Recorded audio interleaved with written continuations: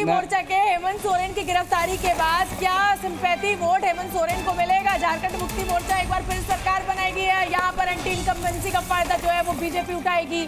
झारखंड की 81 सीटों का एग्जिट पोल बस कुछ ही सेकंड्स में आने वाला है आपके सामने। तो हम झारखंड लीजिए, जीनिया आ गई हैं, आंकड़े लेकर जीनिया आ गई हैं और झारखंड में कांटे की टक्कर दिखाई दे रही है, यानी महाराष्ट्र में भी कांटे की और झारखंड में भी।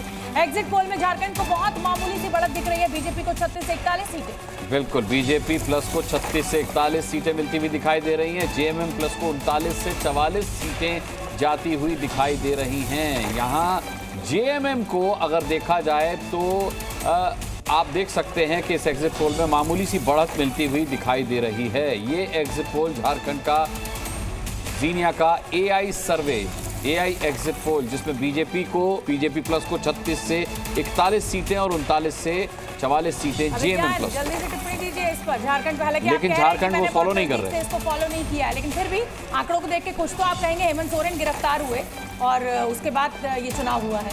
देखिए, मैं इसको इस नजरिए से कह सकता हूँ, रामकृपाल जी बगल में बैठे हैं, अब ये देश की सियासत की परंपरा रही है, भावनाओं पे देश चलता है और कहीं कोई ये साबित हो जाए कि वो प्रताड़ित हो रहा है तो उसको सिंपैथी मिलती है। ये इतिहास गवाह है सब नेताओं के लिए, तो उसी फैक्टर से मैं इसको एप्लीकेबल, आप भी अग्री करेंगे, अप्लाई करके देखेंगे। अगर कोई बेचारा हो गया जनता की नजर में तो बड़ा लाभ मिलता है। ठीक है, प्रेम शुक्ला जी का मैं रुख कर लेती हूँ। प्रेम शुक्ला जी, झारखंड में बहुत मामूली सी बढ़त ही सही, लेकिन मिल झारखंड मुक्ति मोर्चा को रही है। एग्जिट पोल वाले पछताएंगे जब 23 तारीख को रिजल्ट आएगा तो 50 आप जीते तो नहीं पछताएंगे, आप हारे तो हम पछताएंगे। एकदम पछताएंगे आप। अरे आप भी कमाल कर रहे हैं। आप पछताएंगे इसलिए कि क्यों बारंबार जो है, अब बेचारे संजय जी कुछ बताना चाह रहे थे घर वापसी की बात, आप उनको बोलने नहीं दे रही हैं, तो क्या कहा जाए, पछताना तो पड़ेगा ही आप लोगों को। राकेश सिन्हा जी जल्दी से एक छोटी सी टिप्पणी। झारखंड मुक्ति मोर्चा को मामूली बढ़त दिख रही है, हेमंत सोरेन की गिरफ्तारी भारी पड़ रही है, एंटी इनकम्बेंसी का फायदा आप नहीं उठा पा रहे। देखिए, झारखंड में बुरी तरह से जेएमएम हारेगी, भारतीय जनता पार्टी जीत रही है।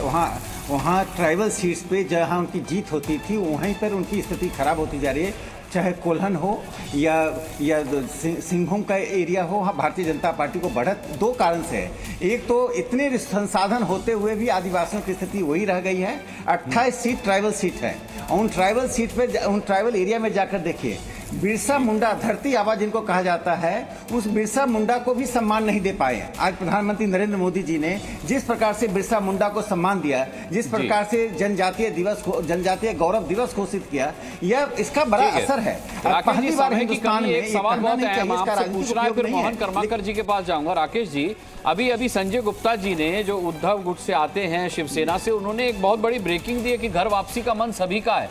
99% शिवसेना चाहती है घर वापसी हो जाए, सिवाय उद्धव को छोड़ करके। अगर ऐसा मन बनता है तो क्या भारतीय जनता पार्टी में विकल्प के दरवाजे खुले हैं उनके लिए? क्या एक हो जाएंगे आप? क्या घर वापसी स्वीकार है उनकी? फिर राजनीति में कोई चीज परमानेंट नहीं होती है, यही दोहराएंगे, ना दोस्ती ना दुश्मनी। शिवसेना के का जो शिवसेना का जो जमीनी कार्यकर्ता है वह उद्धव ठाकरे की नीति से असहमत है। यह दिखा रहा है कि जमीन का कार्यकर्ता अपने हिंदुत्व के लाइन पर चलना चाहता है। स्वाभाविक है कि यदि हिंदुत्व के साथ कोई चलना चाहे, हमें क्यों ऐतराज होगा। जो हिंदुत्व की विचारधारा को, हमारे नेतृत्व को, हमारे संगठन को स्वीकार करेगा, उसका स्वागत है। ठीक है राकेश जी।